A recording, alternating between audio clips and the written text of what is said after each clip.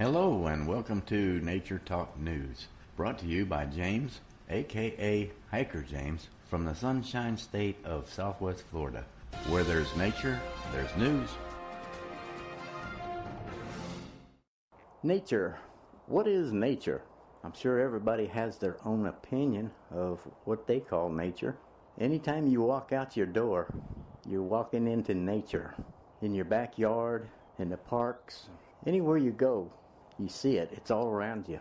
And as you can hear, we have nature all around us here in Southwest Florida. We also have a lot of shrubs, trees, and little homemade paths that we can walk through right here on our property. It's a 10-acre layout, very little open space. We're surrounded all four corners with nature. We have the fox, the deer, we have the alligator, we have the raccoons, the otters, the woodpeckers. We have the pileated woodpeckers also, which are the hugest of the woodpeckers. We don't see them very often, but you can sure hear them. We have these trails that it's almost like walking out into the state forest. We still have traffic nearby from the interstate, but as we walk into the wooded area through these trails, the sound fades out. And the lizards, the little lizards, they just scramble everywhere. There are millions of them. You can't chase them, you can't catch them, but every time you're in the quiet, as your feet move through the grass, you hear them shuffling up the trees, through the bushes. It's almost like they hear you before you see them. A lot of people go to parks and boardwalks and different places where you can park right next to all the traffic, all the noise of the swimming pools, and they get out of their car and they start to walk down a trail. And you get about 100 feet into the trail and you don't hear any of that. It's a different sound. The sound of the birds, sound of quiet, and it almost puts your mind into dizziness because the sounds change so much. Right now I'm still in the open walking down the driveway. I started walking down the driveway when I started this, but I'm still about halfway to the street. I'm not going to go all the way to the street. I'm going to turn into a little trail here. All these little cubby holes where the deer and the fox use their own little traffic ways. You can hear me as I tromp on the leaves and the branches. This little trail here is big enough to drive on. I can start to hear the quietness, and I can hear the lizards scrambling. This is nature. Sometimes you step on a twig and it's longer than you'd think it was, and you hear it moving the leaves and stuff 6 feet away from you, and you stop and look to see what you missed, and it's just a twig. Where I'm at now is not too far from where the fox den is. The fox had a baby. We've seen it twice now up in the yard. As soon as the baby was big enough to go with them, they brought her out for us to look at. That's nature. The mama fox, she'll come up within 2 feet of you. She's curious, just like we're curious of them. This is about as far into the 10-acre property that we can go, far into it. If we go any farther, we'll be going out of it. A family member has a trail cam out here somewhere. I'll probably get my picture taken. They're watching for the fox and the panther and the deer. It's amazing. One thing about it, there's the trail cam. It's on the fire line. That's where most of the animals use to be in the open, but yet still contained into the wooded area. It's about 15-20 feet wide. It goes from the road on one end clear to the road on the other end. And on the other end, we have a canal. That's where the alligators, otters, and the turtles live. I won't be going there today. I'm just walking a little circle, enjoying the quiet and the sounds of the birds. I've got a trail cam that I had set up there for a while, watching the deer. And the deer had a couple of babies not too long ago. I think it was last month sometime, maybe the end of let's see, this is June, April. I think they had them at the end of April. And they still use the yard for a pass, a shortcut, get from one field to the other. And then there's a trail going into the neighbor's property. The fence has been down. Nice trail going in, but I'm not going in there. I'm not familiar with that area. Just walking around the yard. I see one of those family members now. Maybe we can get him to talk a little bit about nature and for what he sees in it. I see stuff that people leave behind. Stuff that people really need to practice CTO with. Cash in, trash out. Whenever you're out doing woods caching or you're going to be out somewhere far out, make sure you add a trash bag or 3 to your geocaching kit that you carry with you. So you can carry some of the weird junk you find out in the woods with you. Looks like you're picking up some cartridge shells that people leave laying around. Yeah, it happens. Be junk all over. I don't know if that... I know lead's not good, but... Definitely not. I don't think there's any animals out here that would happen to swallow any of that, eating the grass or anything, but... Probably not, but you know what? Any chance to get some of the trash out of the woods, the better. I just walked around the trail back here and over and across. I still hear the traffic, though. I wish we didn't have that much traffic in here. But I was in the middle part of the 10 acres, the deepest middle part, senior trail cam. I didn't get in for it to get a picture on me, though. I seen it before I got up on it. And I was telling everyone about all the animals you've caught on the trail cam. Yep, I'm actually going out to grab it. I got to replace the webbing. Those shells are just everywhere. Yeah, I was talking about the people what they thought the outdoors nature was about. You know, there's some people they just walk out their back door and they're in the nature. Yeah, some people get that lucky, yes. Yeah, and so then we got the trails and the parks with the boardwalks and that. And after you walk in, 50 feet maybe, all the traffic's gone. It's just a silence of nature. Yeah, that's what I really enjoy. Being able to get further away, not heat. I like it even better when I'm not in a normal flight path either, which is kind of difficult around here because you got about 4 airports in this county alone, and then you've got a major international one county up from us. So you're constantly getting air traffic, and if you can get away from all that too, it's even better. So you don't even have that noise. Somewhere up in the northwest, there's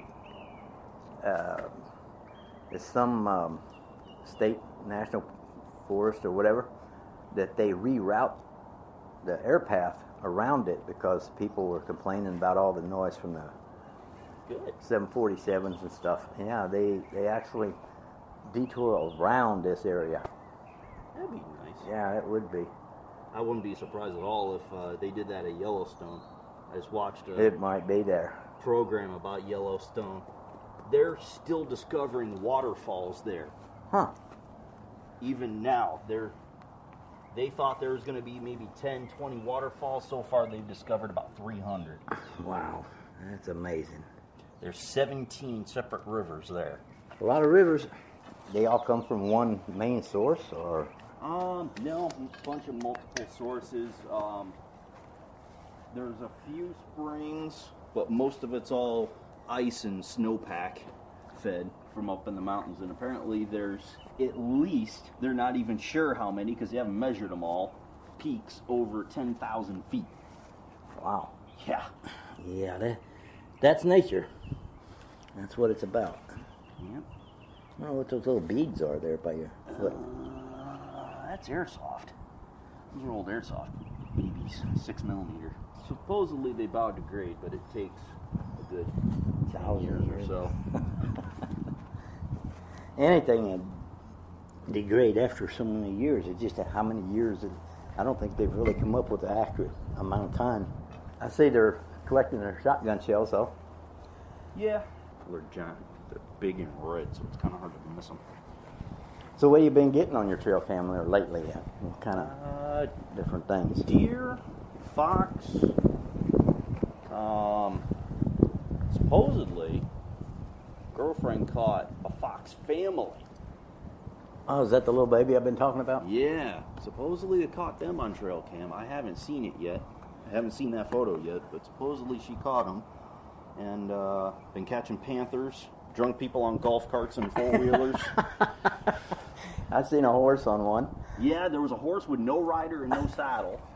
That was certainly interesting. Yeah, that was something else that surprised me down here was the neighbors had them horses, and they'd get out and come over here in the yard and eat grass. Oh, and nothing else is eating the grass around here. Yeah. I'd say, yeah, makes perfect sense if I was a horse. They just call it and walk to the house with it. So the next neighbor over, and they follow them right to the gate. Yeah, most. It surprised me when I first got down here. It was in the RV, and I got up early one morning because I was used to getting up early in the mornings from working. So that I was sitting at the table, and I looked out the front windshield, and I thought I seen something walk by. I thought. You thought you needed more coffee. I did. Yeah, I thought I needed more coffee, and then I couldn't figure out what it was because it was still dark out. I just seen something that looked like something walked across there. And I'm thinking, couldn't be a bear unless he was walking on his hind legs. So then when I found out that the horses was getting out and coming over here, I realized then that that's probably what it was I seen. Because there's horse tracks all over the yard that next day. That would definitely explain it. Well, it could be worse. My mom, this was probably 15, 20 years ago. People used to release strange animals out in the Everglades back in the day. Plus, with Hurricane Andrew, back in, 92, I think it was. That whole bunch of animals escaped from the zoo and people's private collections then. And people would come across all sorts of strange animals. My mom was out walking one morning and saw an anteater. Oh, no. Those obviously are not native to South Florida at all. But yeah, she saw an anteater. My friend, his co-workers thought he was crazy. He's a lineman, and he was out working a pole one night and saw a capybara, which are native to South America. Imagine a rodent the size of a hog. And he came across one of those. All his co-workers thought he was nuts, so he camped out the area on his nights off the next couple of weeks and got pictures of it. Yeah, I was surprised that we seen that armadillo in the yard that one night. Oh, I'm not. You see them every once in a while. Yeah. Well, being new to Florida, I didn't have any idea what to expect. It's like a small armored rodent. So we got up. We're sitting there at the table on the laptops. I said, "Listen, get my camcorder out and get a video of that." So I did.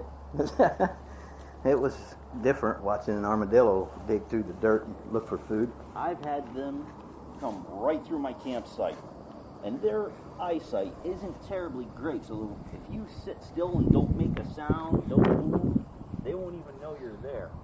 They will literally walk right underneath your legs. Not even know you're there. I know they go pretty fast. Oh yeah, when you scare them or you sneeze, which is what happened to me. I'm standing there, trying to be as quiet as possible as he's passing through, within 2 feet of me. Sneezed and he took off like a bat out of hell. Yeah, I was talking about earlier before I ran across you out here about the mama fox was getting up to us now within 2 feet of us. I mean, that's, well, I'd say from me to you right here.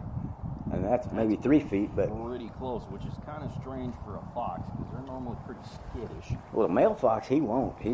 60 feet's his limit. That's good. And at nighttime, we're sitting out there at the table.